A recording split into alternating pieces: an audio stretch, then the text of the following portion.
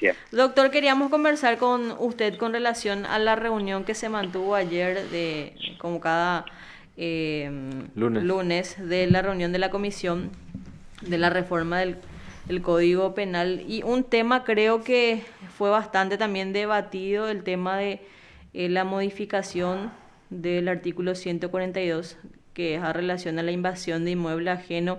¿Llegaron a una postura concreta? ¿Qué posturas se tuvieron en este caso, doctor?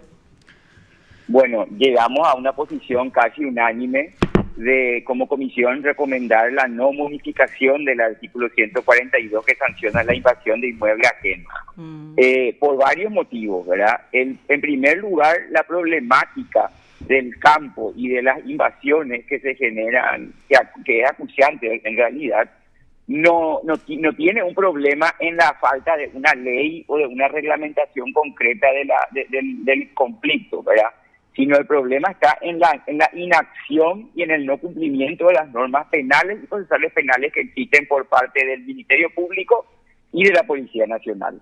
Ocurre que a partir del 2008 a esta parte, cuando empezaron a haber invasiones y grandes invasiones, como recordarán la de Indahú y después la de Curuguatú, que terminó en lo que todos sabemos que ocurrió incluso el juicio político al expresidente Lugo, el Ministerio del Interior, juntamente con el Ministerio Público, establecieron protocolos por fuera de ley para no actuar ante la flagrante comisión de estos hechos punibles, ¿verdad?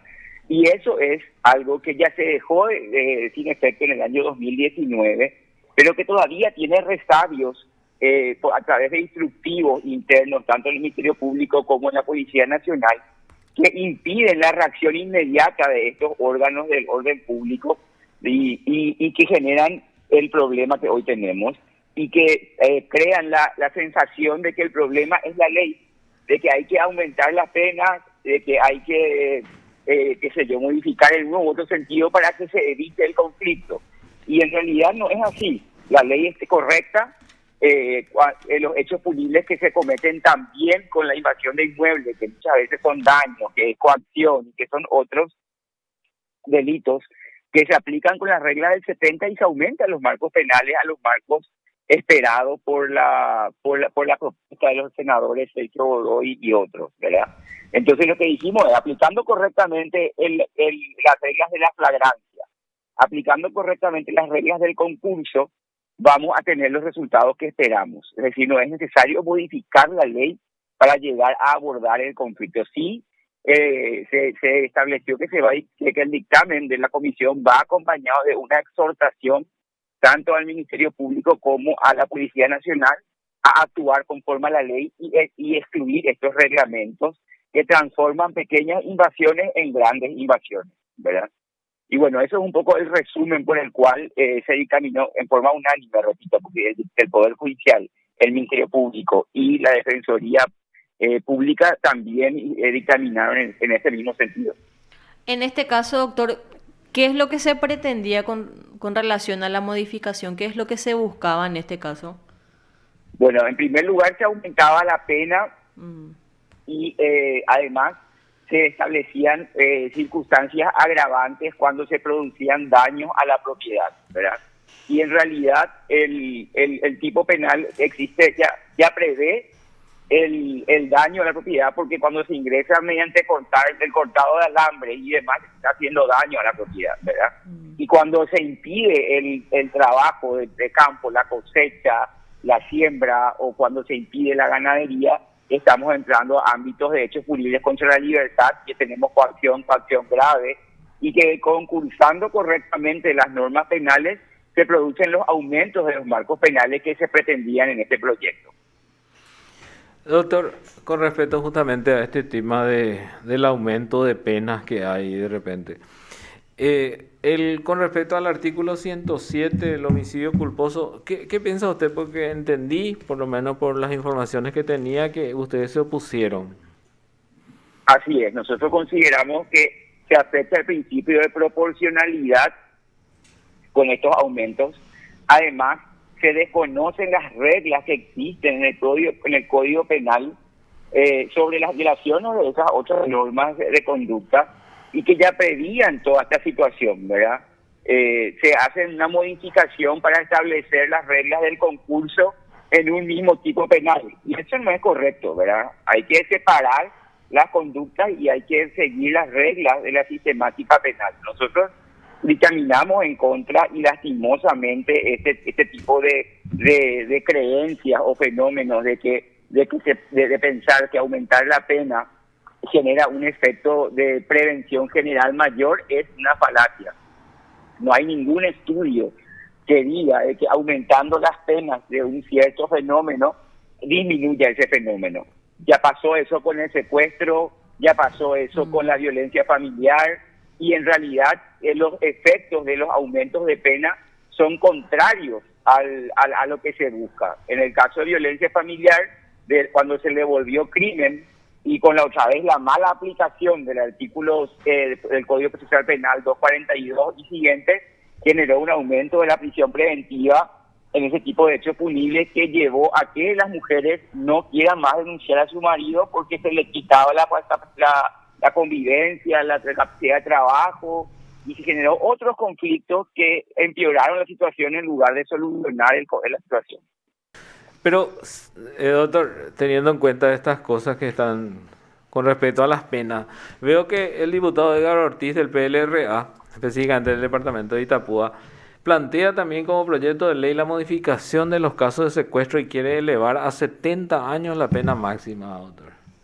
Pero eso es un despropósito, sí. Porque ¿qué pasa? Si el homicidio tiene una pena máxima de 30 o 40 años con medida de seguridad y demás, vos le estás diciendo al secuestrador, matale nomás a tu principal testigo, porque si por secuestro te agarran, te vas a ir más años que por homicidio. Sí, totalmente de acuerdo, doctor. A ese tipo de planteamientos ridículos estamos llevando la politización de la redacción de leyes, ¿verdad? Porque se sacan leyes con fines políticos y no realmente con fines jurídicos y de política criminal.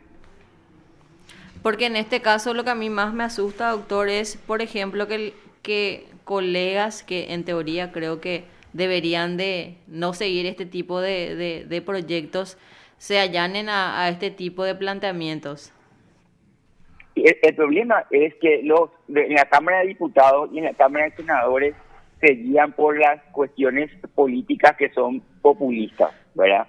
Votar en contra de ese tipo de proyectos no es popular porque la ciudadanía entiende que aumentando las penas se va a reducir el fenómeno. Y eso es una falacia que afecta enormemente al sistema jurídico penal.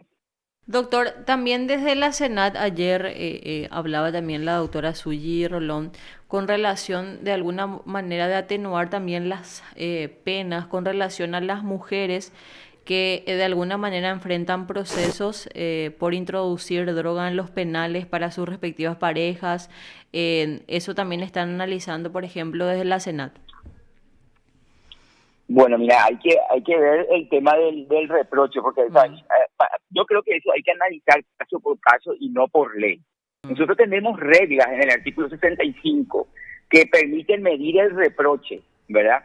Y entonces, caso por caso, hay que solucionar eso. No podemos estar legislando en forma particular por una situación concreta, hacer una ley general. Yo creo que las reglas generales de la punición ya están previstas y las formas de calcular y medir el reproche también. Pero en este caso, doctor, creo que rompería también el principio de igualdad, teniendo en cuenta que por ser mujer de repente se le daría un tratamiento distinto al hecho punible. Totalmente igual que ocurre con el feminicidio, que sea una mujer la víctima no quiere decir que tenga que ser una pena distinta al matar a otro. El matar a otro es un ser humano vivo y tenemos que tratar a todo ser humano vivo como igual. Totalmente de acuerdo, doctor. ¿Y qué vos pensás con respecto a lo que dice la ley 5777? Específicamente cuando habla del principio rector del proceso penal, cuando dice que en caso de duda siempre se estará a favor de lo que dice la víctima. No, eso es algo que en realidad rompe el principio de legalidad material y el principio general del indubio pro reo, ¿verdad? Totalmente. Eso es algo que no...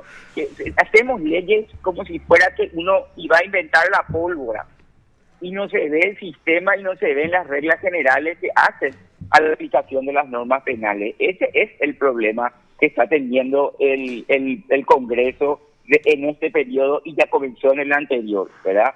Estamos sacando leyes con criterios políticos, no jurídicos, y estamos generando una superpoblación legislativa, penal, para peor, que lo que genera es una inseguridad, porque ni un erudito del derecho penal conoce todas las leyes penales que ya hoy existen en Paraguay.